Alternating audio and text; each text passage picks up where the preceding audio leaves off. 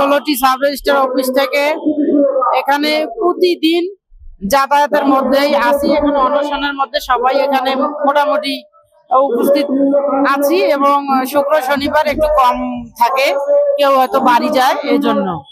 তো মোটামুটি আমরা অবস্থান এখানে আছি আমাদের এক দফা এক দাবি নিয়ে। যতদিন আমাদের এই দাবি মানা হবে না বা এক দফা এক দাবি চাকরি জাতীয়করণ হবে না, ততদিন আমাদের এই অবস্থান চলতেই থাকবে।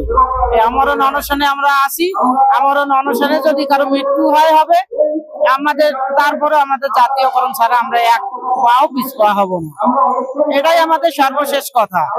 আর এখানে আমি আপনাকে কিছু আরো বলি, সেটা হলো যে আমরা বাংলাদেশের এই 56,000 বর্গ কিলোমিটারের ইঞ্চি ইঞ্চি সম্পত্তির স্থায়ী রেকর্ড সৃষ্টি করি। আপনার আমার সর্বসাধারণ জনগণের মনে করেন যে এই ইঞ্চি ইঞ্চি সম্পত্তির স্থায়ী রেকর্ড সৃষ্টি করি। আমরা নকল নবিশ কিন্তু অস্থায়ী, আর যদিও আমাদের ম্যানুয়ালে আছে অস্থায়ী লোক দ্বারা স্থায়ী রেকর্ড সৃষ্টি আইনের পরিপন্থী। আমরা দীর্ঘদিন থেকে বিভিন্ন বৈষম্যের শিকার, আমরা নকল নবিশ নির্যাতিত, নিপীড়িত, অনাহারে অর্ধাহারে আমাদের আজকে জীবন শেষ প্রান্তে এসে গেছে, আমাদের পিঠ দেয়ালে ঠেকে গেছে। এখন আমাদের একটাই দাবি, জাতীয়করণ ছাড়া আমাদের আর ঘরে ফেরার সুযোগ নাই। আমরা বর্তমান এই বৈষম্য দূরীকরণ সরকারের কাছে আমাদের এই ডিপার্টমেন্টের বৈষম্য দূরীকরণ করার জন্য আহ্বান করি এবং আমাদের নকল নবিশদের মাঝে যে বৈষম্য, সেটাও আমরা দূরীকরণ চাই।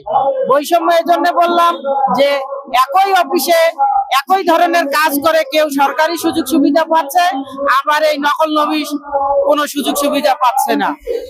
সেই জন্য আমরা সরকারের বৈষম্য বিরোধী সরকারের কাছে আমাদের আকুল আবেদন, তিনি যেন আমাদের এই যৌক্তিক দাবিটাকে মেনে নেন। আমাদের এই যৌক্তিক দাবিটাকে তিনি মেনে নিলে তার অর্থ ভান্ডার থেকে আমাদের এই নকল নবিশদের 1টি টাকাও দেওয়া লাগবে না। কারণ হচ্ছে আমাদের দলিল প্রতিটা জনগণের কাছ থেকে ভলিউমের পৃষ্ঠা অনুযায়ী টাকা নেওয়া হয়। আমরা কিন্তু এই দলিলটা ভলিউম কপি করি, এই ভলিউম কপি করা আমাদের নকল নবিশদের কাজ। এখানে আবার আমরা প্রতিটা দলিলের সার্টিফাইড কপি দেই, বা যেটাকে মানুষ বলে জাবেদা কপি, এই জাবেদা আমরা দিয়ে থাকি। সেখানেও আমরা এই জাবেদা থেকে বছরে সরকারকে প্রায়, আমরা বছরে না মাসে আমরা প্রায় 26 কোটি টাকার মতো রাজস্ব দিয়ে থাকি এই নকল নবিশরা।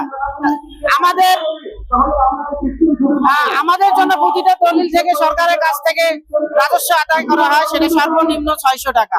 উপরে দলিলের পৃষ্ঠার উপর নির্ভর করে আরো টাকা নেওয়া হয়। সেক্ষেত্রে আমাদের জাতীয়করণ করা হলে সরকারের অর্থ ভান্ডার থেকে আমাদের জন্য 1টি টাকাও লস হবে না। আমাদের টাকা জাতীয়, আমাদের নামে যে টাকা রাজস্ব আদায় হয় সেটা জাতীয়করণ হলে সরকারের আরো রাজস্ব আদায় বৃদ্ধি পাবে আমি মনে করি। সেক্ষেত্রে আমরা যেহেতু স্থায়ী রেকর্ড সৃষ্টি করি, আমাদের নকল নবিশদেরকে স্থায়ীকরণ করে আমাদের এই যৌক্তিক দাবিটাকে মেনে নিয়ে আমাদের এই স্থান থেকে বাসায় ফেরার সুযোগ দিন, কর্মস্থলে ফেরার সুযোগ দিন। আমি ডক্টর ইউনূস স্যার যেহেতু শান্তিতে নোবেল পাইছেন, তিনি শান্তির দূত, আমি মনে করি বাংলাদেশে তিনি শান্তির দূত। যেহেতু বিগত দিনে স্বৈরাচারী শাসনের আমলে আমরা বারবার প্রতারিত হয়েছি এবং এমনকি মহান জাতীয় সংসদে দাঁড়িয়ে আমার সাবেক আইনমন্ত্রী আমাদেরকে বিভিন্ন ভাবে প্রতারণা করেছে। প্রতারণা বলতেছি, তিনি বারবার আমাদের বলছে যে আমাদের জাতীয়করণ করা হবে, কিন্তু এই ফ্যাসিবাদী সরকারের ফ্যাসিস্ট আইনমন্ত্রী আমাদের মহান জাতীয় সংসদে দাঁড়িয়েও মিথ্যা আশ্বাস দিয়ে বারবার প্রতারণা করেছে। আমরা তাই এই বৈষম্য বিরোধী সরকারের কাছে আকুল আবেদন, তিনি যেন আমাদের এই যৌক্তিক দাবিটাকে মেনে নেন।